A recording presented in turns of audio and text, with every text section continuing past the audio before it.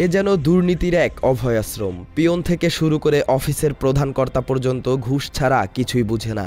এমনই অভিযোগ উঠেছে চাঁপাইনবাবগঞ্জের শিবগঞ্জ উপজেলা প্রাথমিক শিক্ষা অফিসার পরিমল কুমার ঘোষ ও সহকারী প্রাথমিক শিক্ষা অফিসার মোহাম্মদ রফিকুল ইসলামের বিরুদ্ধে। শিবগঞ্জ উপজেলার বিভিন্ন সরকারি প্রাথমিক বিদ্যালয়ের সহকারী শিক্ষক ও প্রধান শিক্ষকদের অভিযোগ, প্রতি বছরের slip fund, GPF account, service book চালু করা সহ মাতৃত্বকালীন ছুটির জন্য দিতে হয় নগদ ২,০০০ থেকে ৫,০০০ টাকা। এছাড়া আইসিটি ট্রেনিং সহ বিভিন্ন প্রশিক্ষণের জন্য সহকারী শিক্ষকদের থেকে জোরপূর্বক অর্থ আদায় করা হয়।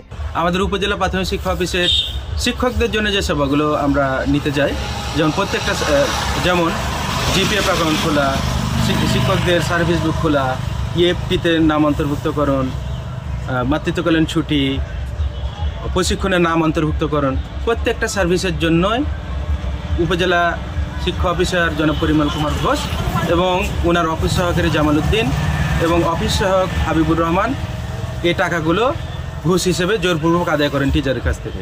ভুক্তভোগী শিক্ষকদের অভিযোগ, বদলিজনিত কারণে প্রত্যেক শিক্ষককে ১৫ থেকে ২০,০০০ টাকা বাধ্যতামূলকভাবে দিতে হলেও প্রতিস্থাপনজনিত বদলিতে গুনতে হয় লক্ষাধিক নগদ টাকা। এসব টাকা অফিস সহকারী জামাল উদ্দিন ও পিয়ন হাবিবুরের হাত হয়ে চলে যায় উপজেলা প্রাথমিক শিক্ষা অফিসার পরিমল কুমার ঘোষ ও সহকারী প্রাথমিক শিক্ষা অফিসার মোহাম্মদ রফিকুল ইসলামের পকেটে। উনি আমার কাছে ৫,০০০ টাকা চেয়েছেন, ওনাকে আমি বললাম যে ৬০ টাকা কোথা থেকে দেবো, আমার পকেটটা তো ডেফিসিট ১৪,০০০ টাকা, আপনাকে টাকা আমি কীভাবে দেবো? তখন উনি আমাকে বলেছেন যে আপনার বাপের টাকা ২০২৪ সালের মার্চ মাসে এসিআর জমা দিয়েছিলাম, কিছু টাকা দিয়েছি, তারপরে উনি সই করেননি, আমার সামনে এসিআরগুলো চালিয়ে ফেলে দিয়েছেন যে আমি সই করবো না। কী করবেন, করে নিন। টাকা ছাড়া উনি কাজ করতে রাজি হন না, টাকা ছাড়া উনি কাজ করবেন না। এতে আমরা হেনস্থা হই, ঊর্ধ্বতন কর্মকর্তা বলতেও পারি না, উনি আমাদের কথাও শুনেন না। ১৪৯ জন নতুন শিক্ষকের কাছ থেকে সার্ভিস বুক খোলার নামে এবং ইএফটি চালু করার নাম করে অফিস সহকারী জামালের মাধ্যমে আমাদের টিও সাহেব ১,০০০ টাকা করে তারা নিয়েছিল। মানি রিসিট চাইতে গেলে তারা বলে যে এগুলো তো মানি রিসিট লাগে না, এগুলো সিস্টেম, এখানে এটা দেওয়াই লাগে। এছাড়া ২০২৩ সালের শেষের দিকে আইসিটি ট্রেনিংয়ে আমার নাম আসে।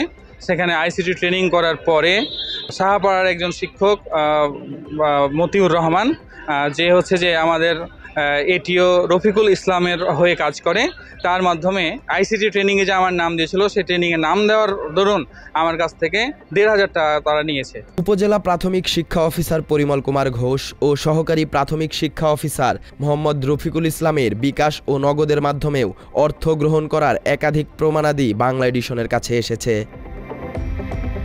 তবে অভিযুক্ত শিক্ষা অফিসার পরিমল কুমার ঘোষ ও সহকারী প্রাথমিক শিক্ষা অফিসার রফিকুল ইসলাম ঘুষ নেয়ার বিষয়টি অস্বীকার করেন। কিন্তু এই যে কি জিপিএফ থেকে টাকা নেওয়া হয়, তারপরে এগুলো আমার একদমই জানার বাইরে, এগুলো কখনোই আসলে আমি এগুলোতে প্রশ্রয় দিই না।